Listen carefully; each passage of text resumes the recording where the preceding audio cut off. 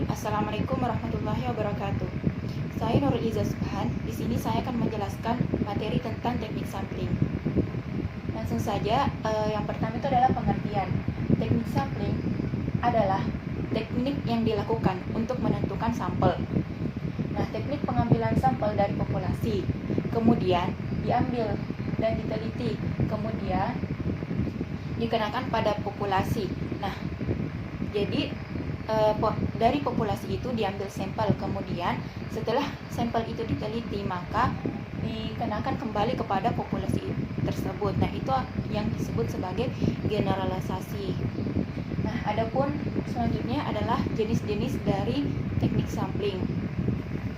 Yang pertama, jenis-jenis dari teknik sampling itu ada dua, yaitu probability sampling atau dan non probability sampling. Nah, yang pertama probability sampling.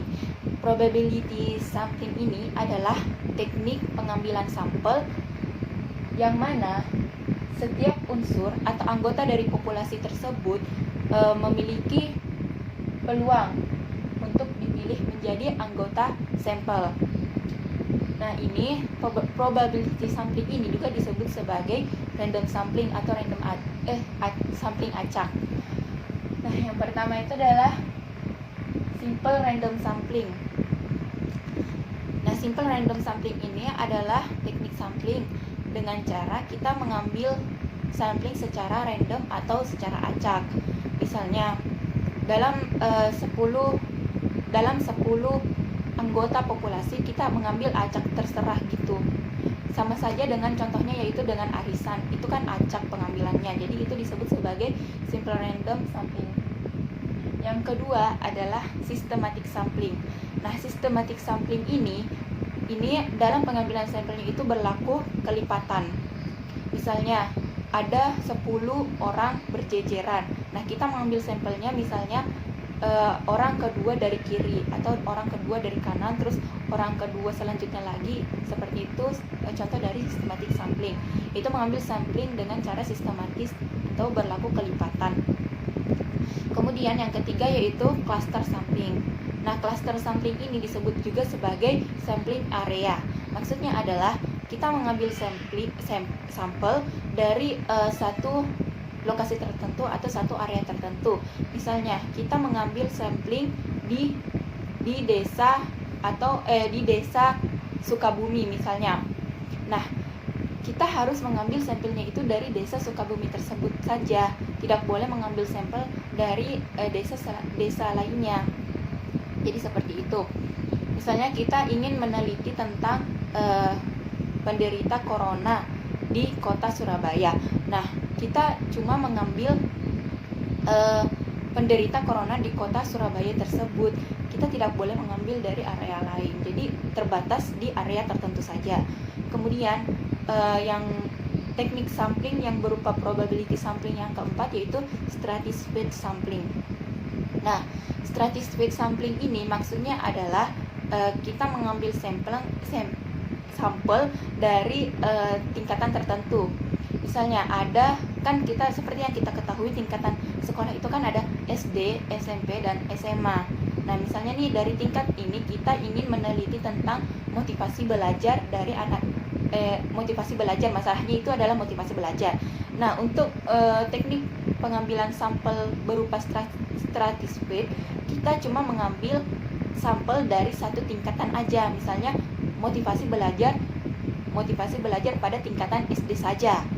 Itu sudah termasuk stratified sampling. Nah, beda dengan jenis probability sampling yang terakhir yaitu multi-stage sampling. Multi-stage sampling ini adalah tingkatannya itu kita sampel yang kita ambil bisa dari tiga tingkatan tadi itu kan ada SD, SMP, SMA. Misalnya motivasi belajar kita bisa mengambil sampel dari SD, anak SMP dan anak SMA. Jadi perbedaan dari stratified random sampling sama multi-stage random sampling itu, kalau stratified itu cuma satu jenjang saja. Kalau multi-stage kita mengambil dari lebih dari satu jenjang atau multi jenjang seperti itu. Kemudian itu adalah tadi contoh-contoh dari probability sampling. Ada 5 ya, simple random sampling, kemudian systematic random sampling, kemudian ada cluster sampling atau sampling area, kemudian ada statistical sampling, kemudian yang terakhir itu adalah multi stage sampling. Kemudian jenis teknik sampling yang kedua yaitu ada non probability sampling. Nah, non probability sampling ini kebalikan dari probability sampling tadi. Kalau probability sampling itu yang mana setiap unsur itu berpeluang untuk menjadi sampling, sedangkan non probability sampling tidak memberikan peluang kepada setiap unsur atau anggota sampel untuk menjadi anggota populasi untuk menjadi sampel. Nah, jenis-jenis dari non probability sampling itu ada 5 juga. Ada purposive sampling, snowball sampling, accidental sampling, quota sampling, dan sampel jenuh. Yang pertama yaitu purposive sample. Nah, purposive sample ini merupakan teknik pengambilan sampel dengan tujuan tertentu. Misalnya penelitian kita bertujuan untuk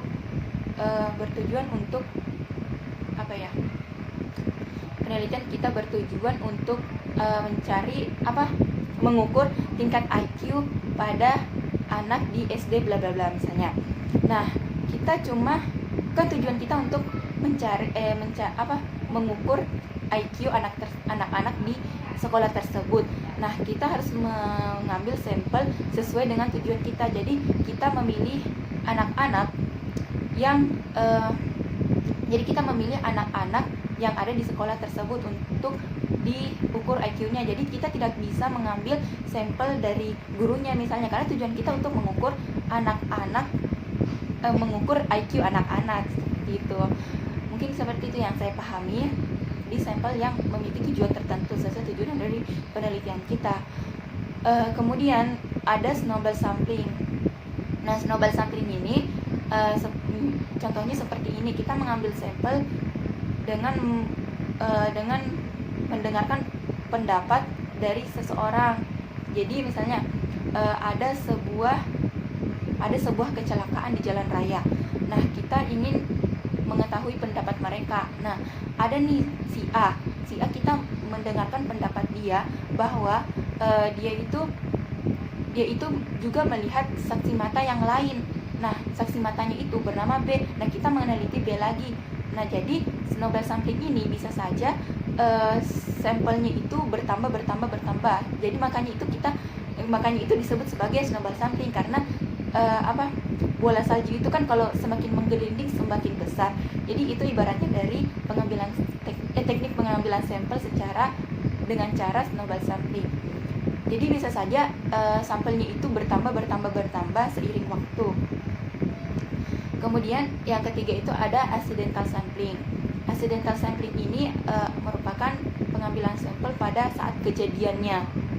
Nah, seperti tadi contohnya, misalnya ada kejadian kecelakaan. Nah, kita cuma mengambil sampel pada kejadian kecelakaannya.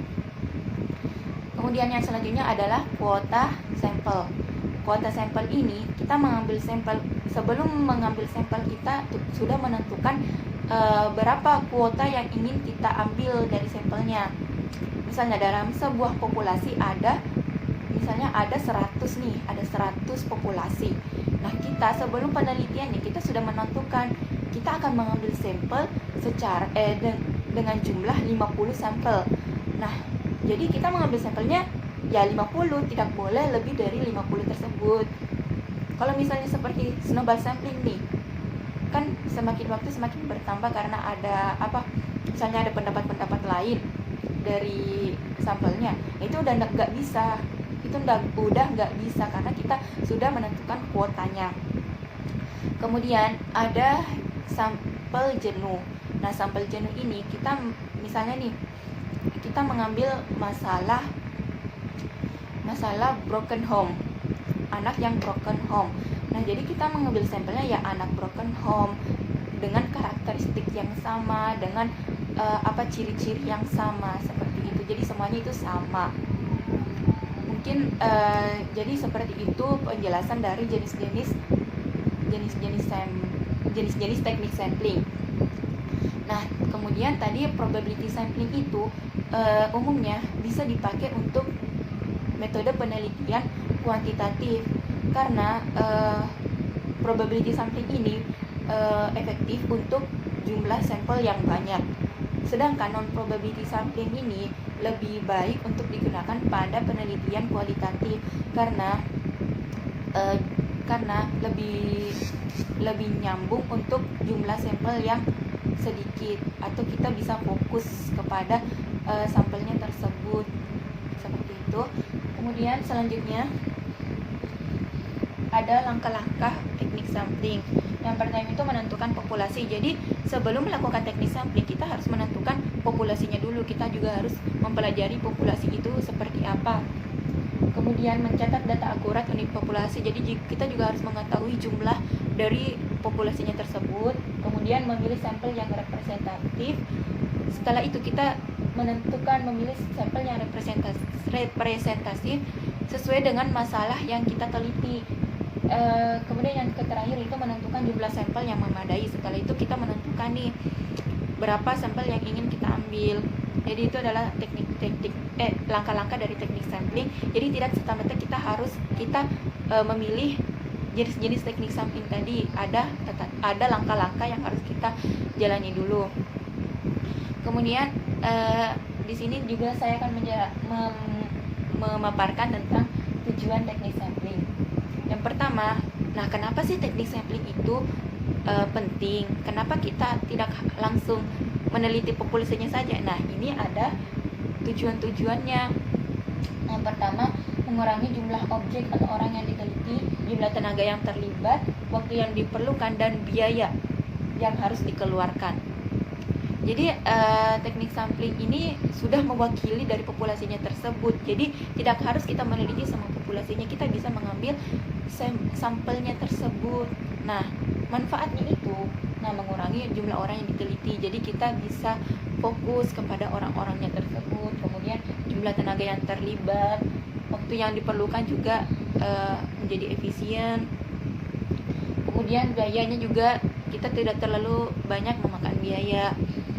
Kemudian yang kedua, membuat simpulan atau ringkasan dari fenomena yang sangat banyak jumlahnya. Nah, takutnya tuh kalau misalnya kita langsung meneliti populasinya, kita tuh jadi keteteran. Jadi dengan adanya teknik sampling, kita bisa membuat simpulan atau ringkasan dari dari fenomena yang populasinya itu sangat banyak. Kemudian yang ketiga, menonjolkan sifat-sifat umum dari populasi. Kemudian ciri-ciri khas dari individual itu diabaikan. Nah, maksudnya itu dari populasi tersebut kita bisa menemukan sifat-sifat umum dari populasi tersebut, sehingga fenomena kita menjadi lebih spesifik.